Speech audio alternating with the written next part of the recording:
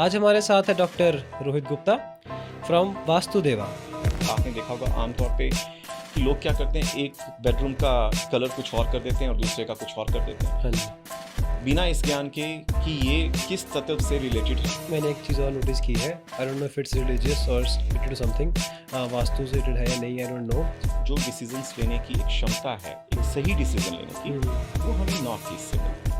Okay, जहाँ तक मुझे लगता है कि जो वास्तु है that is not a very known topic to people. लोग बहुत कम जानते हैं वास्तु के बारे में एज एन इंफॉर्मेशन। पे आपने सुना होगा कि हमें नॉर्थ में सिर रखकर नहीं सोना चाहिए। हाँ जी, हाँ जी। ऐसा क्यों? संस्कृत का शब्द है वास्तु, वास जमातु, जहाँ तू वास करता है वो वास्तु, ओके। जहाँ पे आप निवास करते हो। उस निवास करने वाली जगह पे जो इन्वायरमेंट सेटअप हो गया, उस इन्वायरमेंट को स्टडी करना। आज का एपिसोड बहुत ही स्पेशल है for me and I know कि आपके लिए भी बहुत स्पेशल होगा। Today we have doctor Rohan Gupta with us who is a vastu practitioner and will tell us about different vastu aspects.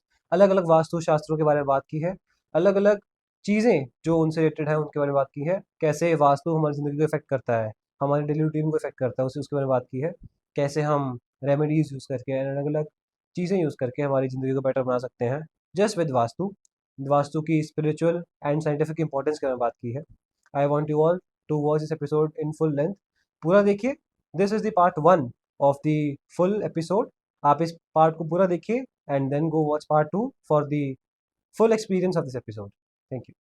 Hello everyone and welcome to reality talks. आज हमारे साथ है doctor Rohit Gupta from Vastudeva. Sir has numerous years of experience in Vastu and Jyotish. And today, from his experience of these fields, we'll know a lot about the logics and the facts behind Vastu and Jyotish.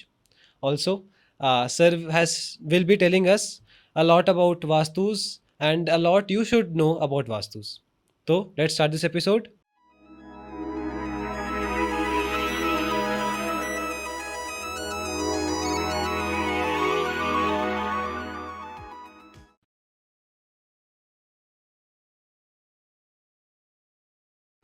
तो sir, इस episode की शुरुआत में I like to know about your expertise. मतलब आप vastu expert हैं, तो I know from you that what is vastu. देखिए, पहले तो मैं यही कहूँगा कि मैं एक वास्तु प्रैक्टिशनर हूँ, ओके, सॉरी। एक्सपर्ट नहीं है, हाँ जी। क्योंकि ये विद्या सनातन की विद्या है और इसमें आप जितनी प्रैक्टिस करते चले जाएंगे उतने ही आप बेहतरीन होते चले जाएंगे। अब दूसरी बात करते हैं कि वास्तु क्या है। संस्कृत का शब्द है वास्तु, वास जमातु, जहाँ तू वास करता है वो वास्तु है, ओके। जहाँ पे आप निवास करते हो। उस निवास करने वाली जगह पे जो इन्वायरमेंट सेटअप हो गया, उस इन्वायरमेंट को स्टडी करना। जैसे कि आपको या तो नींद बहुत ज़्यादा आती है, आपको गुस्सा बहुत ज़्यादा आता है, आप बहुत अच्छा ढंग से सोच समझ सकते हैं और एक महान इंसान बन जाते हैं। कोई उसी तरह के इन्वायरमेंट में ना रहते हुए दूसरे इन्वायरमेंट में रहता है तो वो इतना अच्छा नहीं बन सकता कंपेरेटिवली उसकी तरह। हाँ जी। तो इस वातावरण को स्टडी करना वास्तुशास्त्र कहलाता है। ओके। और इसी इन्वायरमेंट के ऊपर सारी चीज़ें डिपेंड करती हैं। ओके। ये वास्तु है। वास्तु में हम सिर्फ दिशाओं को नहीं देखते, पंच तत्वों के मेल को भी देखते हैं। कि पंच तत्व मतलब 5 एलिमेंट्स। जैसे नॉर्थ को जल दिशा कहा जाता है, ओके। ईस्ट को या हम ये कहें पूर्व दिशा को, उसको एयर एलिमेंट कहते हैं। जब हम बात करते हैं अग्नि दिशा की तो वो साउथ आ गया।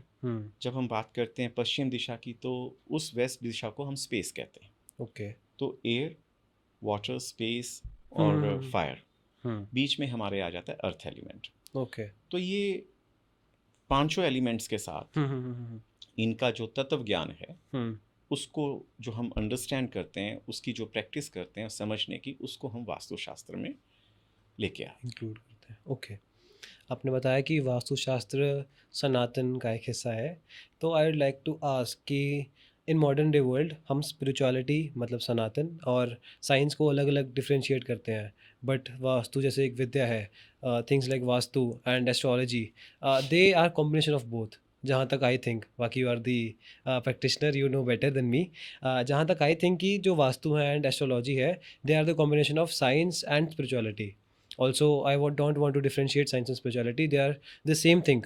As far as I think. तो I would like to ask you कि वास्तु में व्हाट आर द एलिमेंट्स या जो ऐसे तत्व हैं जो उसे इन्फ्लुएंस करते हैं वास्तु को. देखिए, आम तौर पे लोग समझते हैं कि वास्तु का अर्थ है कि यहाँ घर बना लिया तो उस घर के अंदर कहाँ कहाँ पे कमरे बनाने हैं, कैसे बनाने हैं, खिड़कियाँ कहाँ हाँ जी, बनानी है. हाँ जी. आम तौर पे धारणा ये है, पर एक्चुअल में ऐसा नहीं है, क्योंकि रूम एक्टिविटीज़ हर डायरेक्शन के साथ बंधी हुई है. तो उन पंच तत्वों में यदि हम सही तरीके से सही रूम एक्टिविटीज़ को स्थापित करते हैं तो हमें एक अच्छे रिजल्ट्स देखने को मिलते हैं अपनी लाइफ में. और साइंटिफिक इस तरह से मैं आपको बड़ा एक छोटा सा एग्जांपल देता हूँ. हाँ जी, आमतौर पे आपने सुना होगा कि हमें नॉर्थ में सिर रखकर नहीं सोना चाहिए. हाँ जी, हाँ जी, हाँ जी. ऐसा क्यों? क्योंकि जब आप देखते हैं कि नॉर्थ दिशा जो है, अगर हम अपनी धरती को देखते हैं, अपनी भूमि को देखते हैं, तो आप पाएंगे कि मैग्नेटिक पोल्स हैं. हाँ जी. और नॉर्थ दिशा में वो अट्रैक्ट करती है. राइट. ठीक है. अब हमारे ब्लड के अंदर लोहा होता है, आयरन तत्व होता है. Right, right, right. तो आयरन जब है, अब अगर हम वहाँ पे सिर रखकर सोते हैं अपना नॉर्थ दिशा की तरफ, तो आयरन धीरे धीरे धीरे धीरे उस प्रैक्टिस में आ जाता है, यहाँ की तरफ इकट्ठा होना शुरू हो जाता है. ओके. तो जो बाद में एक प्रॉब्लम को क्रिएट करता है, जिससे न्यूरो सर्जरी तक जो है पॉसिबल हो जाती है. ओके. इसी वजह से नॉर्थ दिशा में अगर आप सोएंगे तो आपको एक तो स्लीप डिसऑर्डर हो जाएंगे. वहाँ पे आप उस डायरेक्शन में सो के एक अच्छी नींद को, एक अच्छे रिलैक्सेशन को नहीं पा पाएंगे. साउथ इसके ऑपोजिट है.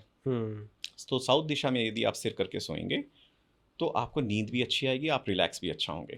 तो ये भी साइंटिफिक हो गया. साइंटिफिक है. इस तरीके से हम इसको साइंटिफिकली लेके चलते हैं. और बहुत सारे रीजंस हैं. हाँ जी, हाँ जी, हाँ जी. पूरा वास्तुशास्त्र जो है, जो हमारी सनातनी एक विद्या है, और हमारी जितनी भी प्राचीन सनातनी विद्याएं रही हैं, वो सभी साइंस के ऊपर ही हैं. ओके. देखना और समझने की ज़रूरत है बस. हाँ जी, हाँ जी, हाँ तो जी. ये आपकी बात का जवाब. ओके. राइट.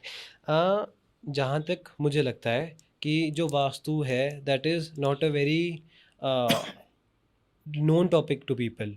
लोग बहुत कम जानते हैं वास्तु के बारे में एज एन इन्फॉर्मेशन.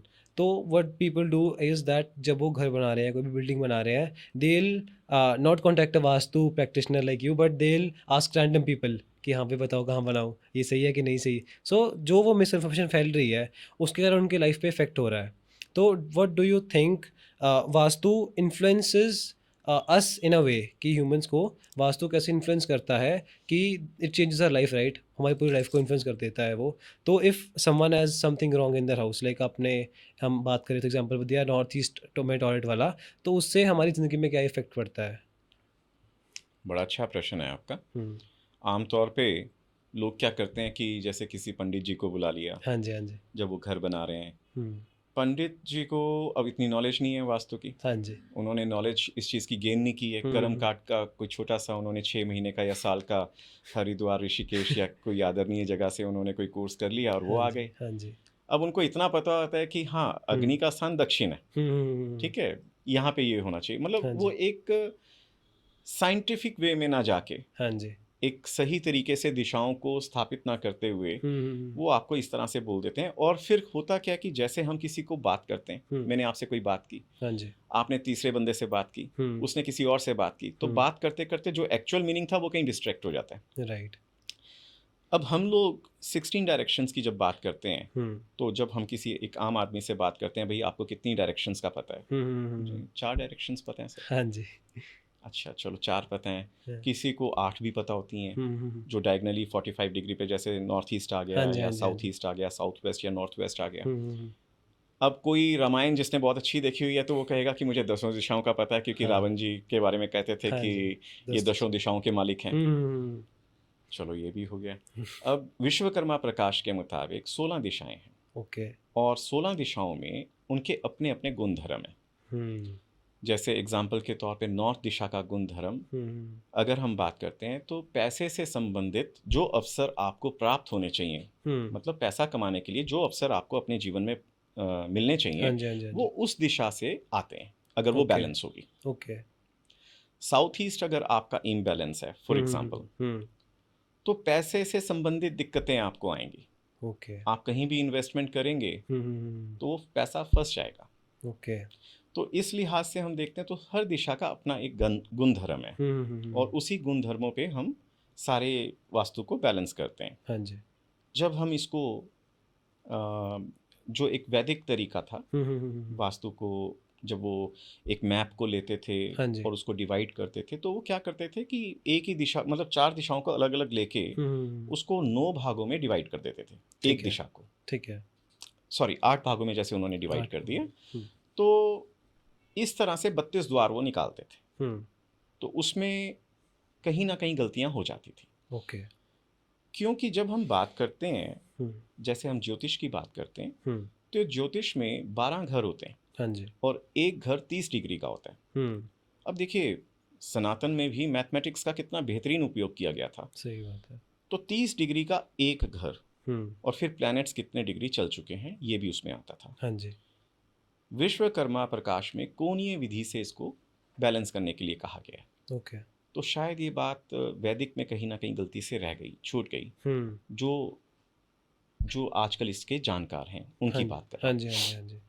तो जब हम इसको डिग्री में लेते हैं, तो हम इसको सर्कुलर वे में लेते हैं, जिससे हमें एक एग्जैक्ट स्पेस देखने को मिलती है, एक एग्जैक्ट जोन जो है हमारे पास आता है। हाँ जी। हमें एग्जैक्टली पता लगता है कि नॉर्थ दिशा किस तरफ है और बाकी की दिशाएं हमें कैसे मिलती हैं। और जब हम पंच तत्वों का उस पर अध्ययन करते हैं, तो हमें एक बिल्कुल एग्जैक्ट चीज़ की समझ में आती है कि इस घर के अंदर इन चीज़ों के मुताबिक ये चीज़ हो रही होगी। ओके। छोटा सा एग्जाम्पल एक और देता हूँ। आप अपने घर में चले जाइए, नॉर्थ दिशा साउथ के मुकाबले आपको ठंडक देगी। आप देखेंगे कि नॉर्थ दिशा जो है साउथ दिशा के मुकाबले ज़्यादा ठंडी होगी। ओके। और जो ईस्ट है वो इन दोनों के बीच का कॉम्बिनेशन होगा। ओके। ठीक है। तो वेस्ट में सूर्य अस्त होते हैं, हाँ तो जी, हाँ यहाँ जी। पे सूर्य की किरणें या गर्मी जो है वो थोड़ा कम रहती है, कम हो जाती हैं। हाँ जी, हाँ जी। तो इस तरीके से जब आप देखते हैं, और पृथ्वी बीच में है, पृथ्वी तत्व जो है वो बीच में है, तो ये सारी चीज़ें समझने की आवश्यकता है। और जब तक हम 16 दिशाओं को, पंच तत्वों को ध्यान में रखते हुए अपने घर को डिज़ाइन ना करें, तो वो एक प्रॉब्लमेटिक आपकी लाइफ में बन जाती है। तो यहाँ पे ज़रूरी हो जाता है कि हमें एक स्केल्ड प्लान जो है वो करना चाहिए, बनाना चाहिए, और पंच तत्वों और वास्तु के आधार पे ही बनाना चाहिए। ओके।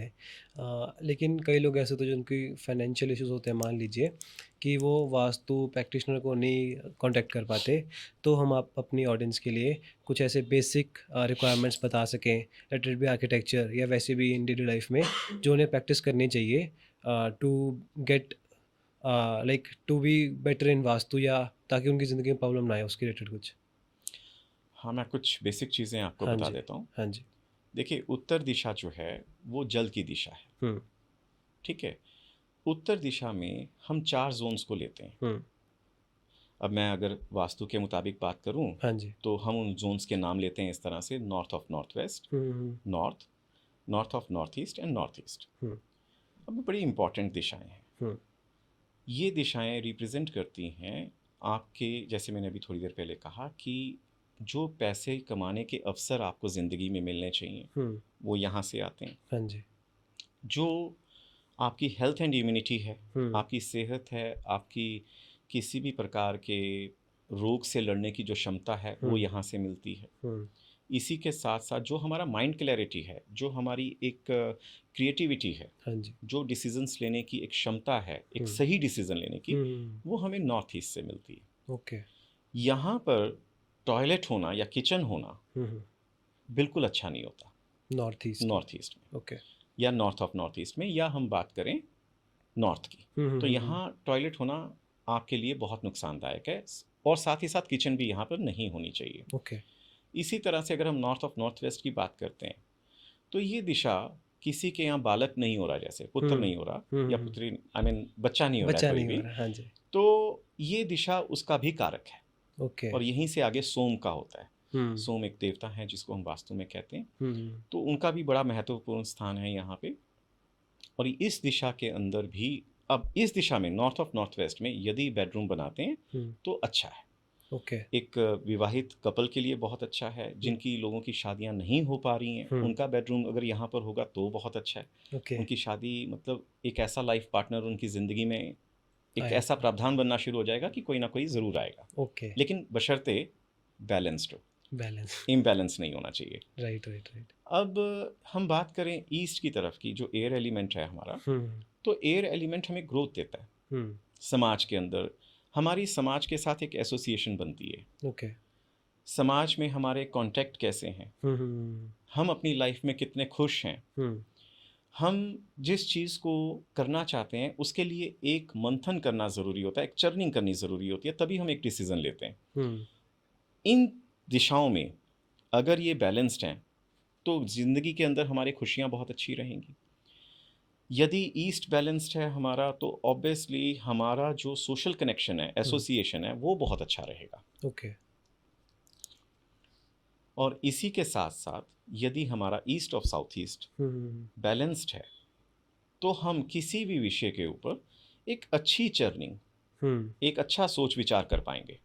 नहीं तो उसमें हम क्या होगा, अगर इम्बैलेंस होगा, हम बिना सोचे समझे जल्दबाजी में डिसीजन लेंगे जो कहीं ना कहीं हमें नुकसान करेंगे।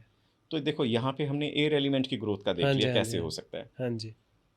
यहाँ पर भी मैं तो स्पेशली यही कहूँगा कि यहाँ पर ड्राइंग रूम हो अगर ईस्ट की तरफ, तो बहुत ही अच्छी बात है। आपका लाउंज हो, फैमिली लाउंज हो, तो भी बहुत अच्छा है। एंटी कलर्स ना हो तो बहुत अच्छा है। एंटी कलर्स में हम बाद में बात कर लेंगे कैसे क्या होता है उसमें। फिर आगे चलें तो हमारी अग्नि की दिशा आ जाती है। इसमें भी हमारे 3 जोन पड़ते हैं।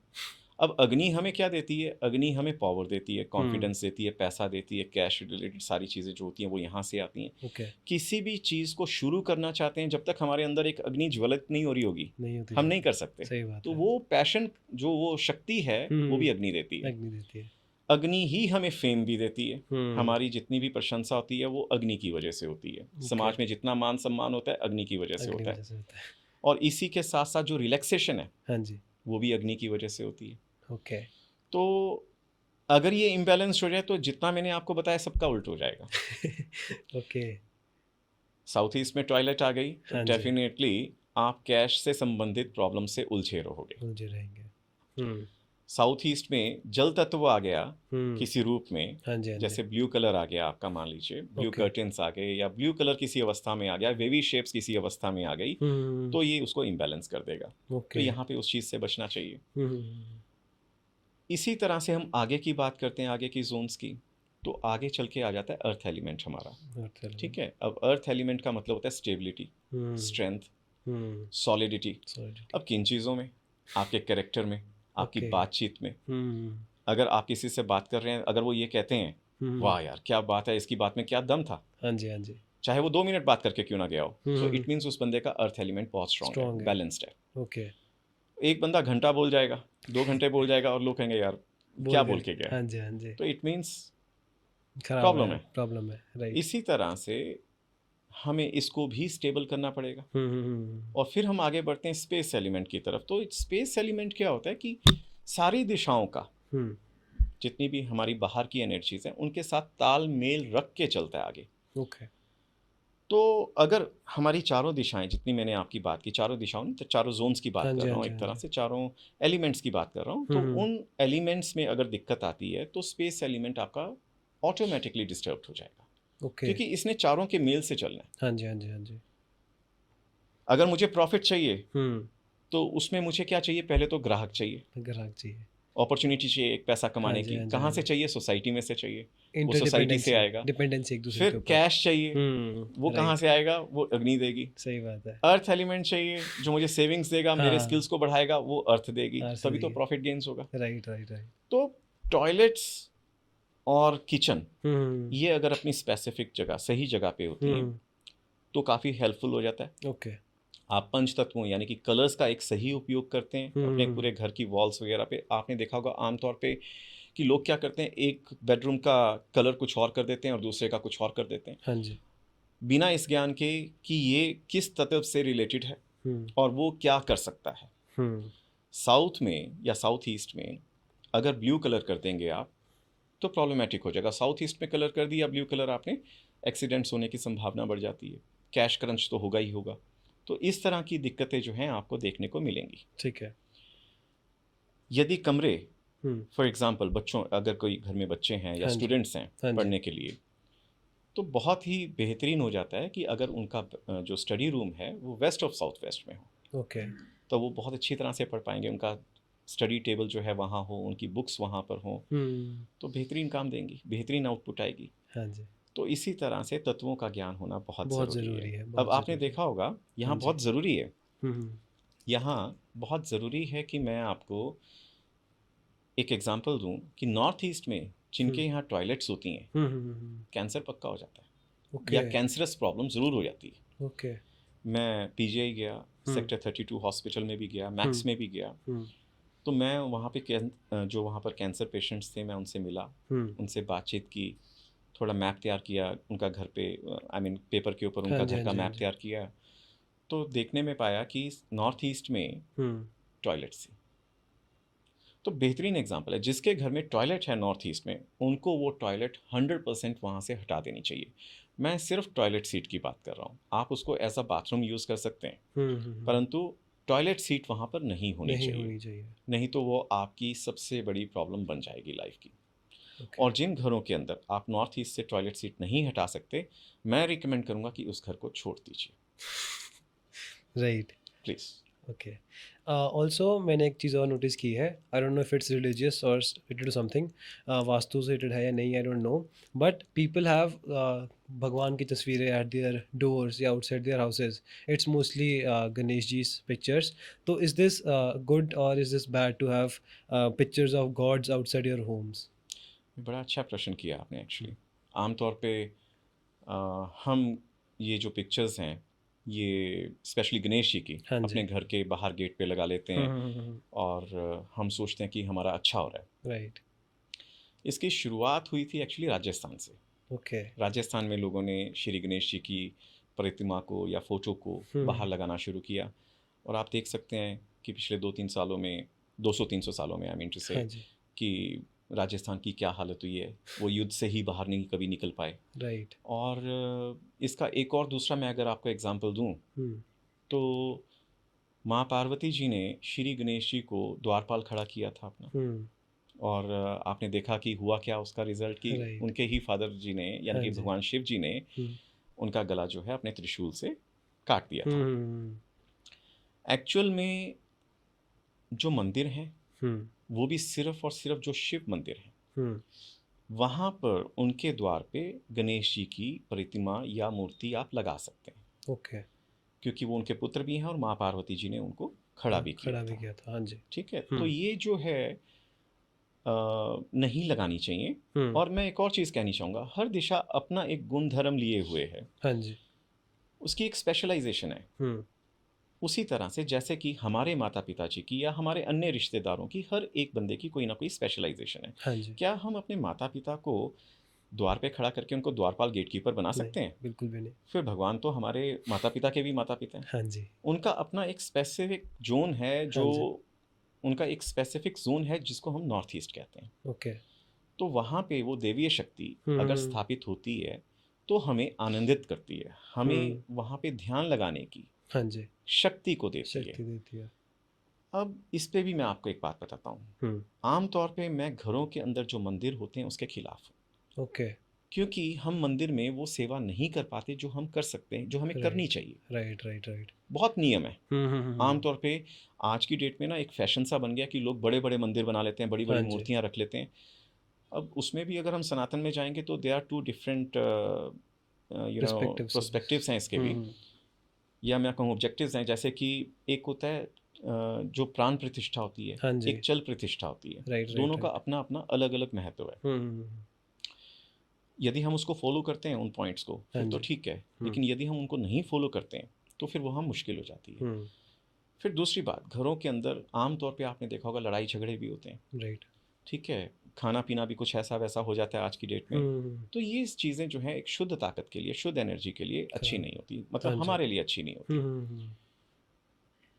और फिर वो जो पंच तत्वों का मेल होना चाहिए, जो घर के अंदर वो बैलेंस्ड होने चाहिए, तभी वो शक्ति आपको शक्ति दे सकती है। ओके। अब हम मंदिर जाते हैं, आपने भी नोटिस किया होगा कि हम कई मंदिर जाते हैं अपने जीवन काल में। हाँ जी हाँ जी हाँ जी। कई मंदिरों में कदम रखते ही ऐसा प्रतीत होता है, वाह मैं कहाँ आ गया, मतलब सिर श्रद्धा से झुक जाता है। हाँ जी हाँ जी हाँ जी। कई मंदिरों में आप जाते हो, आपको पता ही नहीं लगता, आप जैसे विजिट करके गए, करने आए थे, आए और चले गए। Right right right. तो वो विश्वास, वो जो अंदर से भावना आनी चाहिए, वो नहीं हो पाती। इसका रीज़न समझते हैं आप? वास्तु। वास्तु, ओके। जो पिरामिड स्टाइल में जितने मंदिर बने हुए हैं पुराने, अगर आपने देखे प्राचीन मंदिरों में अगर आप गए हैं, तो वहाँ पर जाते ही आपका मन श्रद्धा से भर जाता है, एक अनुभूति होती है। शिवलिंग, जैसे हम शिवलिंग को स्थापित करते हैं, तो उनके पीछे से जो सूर्य देव की पहली किरण आती है, जो रोशनी आती है, हाँ जी, आर्द्रा एक नक्षत्र है, ओके, उस पीछे नक्षत्र के हिसाब से, प्लस जहाँ जहाँ और दूसरी विंडोज हैं, जैसे जैसे सूर्य देवता परिक्रमा करते हैं, उस तरीके से जो रोशनी सूर्य देव अपनी वहाँ पर देते हैं, उससे एक रुद्र की, एक भगवान शिव की जो अनुभूति हमें होनी चाहिए, वो एक्चुअल में होती है। ओके। और ये जो ज्ञान है, ये जो वास्तु का सही सिस्टम यूज किया गया था, वो प्राचीन मंदिरों में है। राइट। आज के मंदिरों में आप ये चीज़ नहीं देख पाएंगे, रेयरेस्ट होगा कि कोई आप देखेंगे। अदरवाइज प्राचीन मंदिर में, स्पेशली आप साउथ इंडिया चले जाइए, हाँ जी, वहाँ पे आपको बहुत ही बेहतरीन तरीका के शिल्पकार जिन्होंने मंदिर बनाए थे पीछे, आप वहाँ जाते ही, एंटर करते ही आपको वो श्रद्धा भाव पैदा हो जाता है। तो ये चीज़ें जो हैं, अगर हम घर में भी बनाना चाहते हैं, तो बैलेंस करना बहुत ज़रूरी है एनर्जीज का, तब जाके आपको ये एक शक्ति प्रदान करते हैं। बिल्कुल सही बात है। बहुत कुछ सीखने को मिल रहा है इस एपिसोड में। I hope you all like this episode of the Vastu Shastras with Dr. Rohan Gupta on the Reality Talks podcast.